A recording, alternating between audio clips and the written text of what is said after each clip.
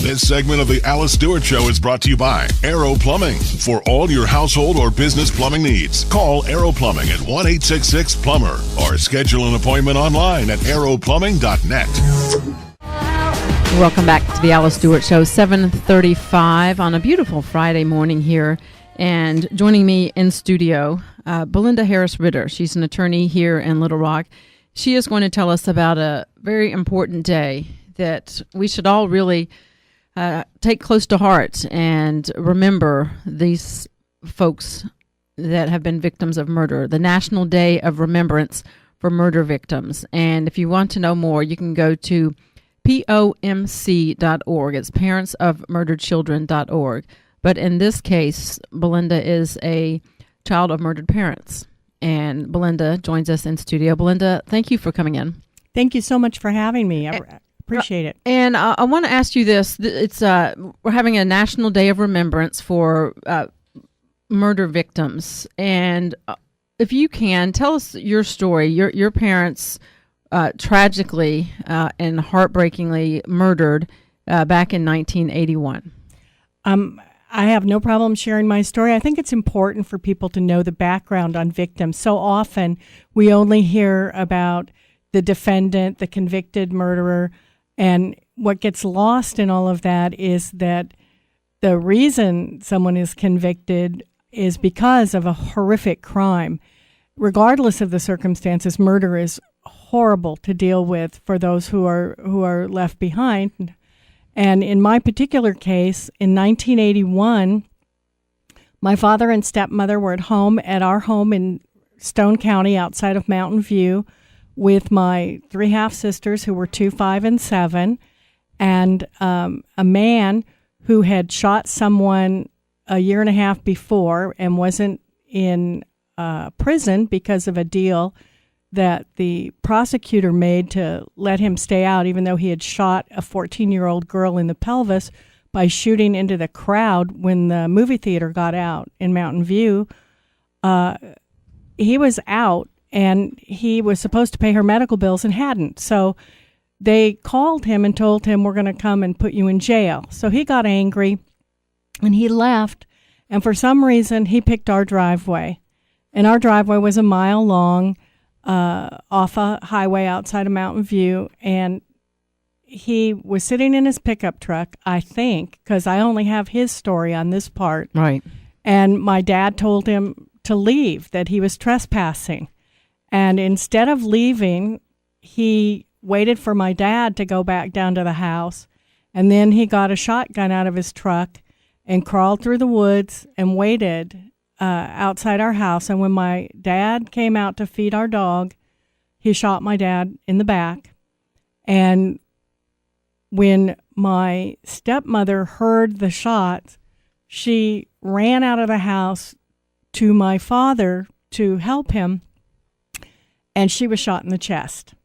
And then the murderer dragged the bodies around to the back of the house and opened the kitchen door and went in the house, where he found 3 little girls. And he lied to them. He gave them a fake name. He told them he was the babysitter.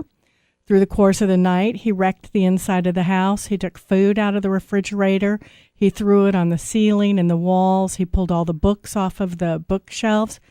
He terrified them. Absolutely. And brutally killing your father and your stepmother. And what happened with him? He was caught.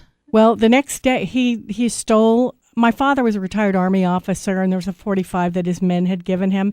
He took that and another shotgun, and he left in the night and went to another house the next day, and he shot another man.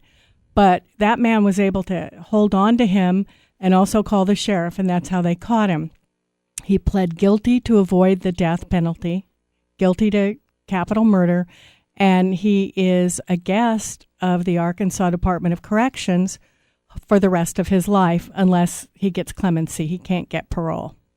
And so years later, this was back in 1981, years ago, it still has to be fresh on your mind every day, like it happened just recently. You never accept what happened, but I think just about every victim would agree that you become able to live with it, and it's not the foremost thought in your mind, but a song, a smell, a phrase someone else says can trigger just a wave of remembrance, and that's what everybody deals with. A lot of people talk about, we want the victims to have closure. There's no closure. Right. There's just, you deal with it better as it goes along. Time. Right. And your thoughts, I mean, you clearly are someone who is strong and been able to survive through all of these years.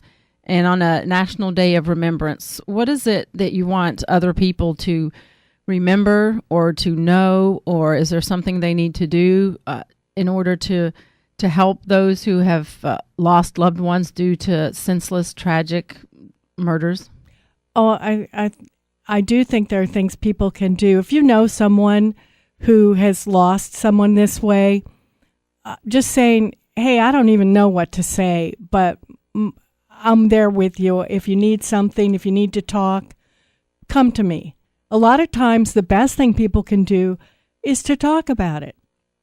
And after about 2 weeks after the murder, people don't want to hear about it anymore. You know, they give you a couple of weeks and then that's it. But if people want to be supportive, they could come to the ceremony on Saturday. It's at 10 a.m. on the Capitol steps. The Central Arkansas chapter of Parents of Murdered Children is putting it on. Parents of Murdered Children is not just for those who've lost a child, but for anyone who's lost a friend or family member through violence. We have Maumelle Police Chief Sam Williams and State Senator David Sanders will be speaking. So it should be a very somber but rewarding ceremony for those who've been through this and for those who want to support them. Well, they're both super on this issue. Senator Sanders has really done a lot with regard to the prison systems and paroles and what's going on with our Department of Corrections. I will tell you, Chief Williams is fantastic. When I was a reporter and there was an incident involving a murder there, his compassion and the way he dealt with the family members was really amazing. And I've known him for years as a tough law enforcement officer, but when it came time to give the comfort to that family, he was outstanding. So I can't imagine a better speaker at a service like that. I agree with you. He's my police chief. I work with him a lot on victim issues. And I agree with you on Senator Sanders has done so much for victims. So we're happy to have both of them there. And that will be tomorrow at 10 a.m. at the state capitol. On the steps out front, yes. Okay, and that is a time to come together, as she says, to remember the victims of tragic murder and to really be there to embrace and support the family members who go through this longing every day of their lives. We're going to take a break. We'll come back and discuss more of the criminal justice system here in Arkansas and where some changes may be needed with Bilenda Harris-Ritter, an attorney, and no doubt someone who understands the plight of victims of tragic murder. We'll take a break and we'll talk about that more on the Alice Stewart Show. This segment of the program brought to you by Aero Plumbing. For all of your household or business plumbing needs, call Aero Plumbing 1-866-PLUMBER or schedule an appointment online at aeroplumbing.net.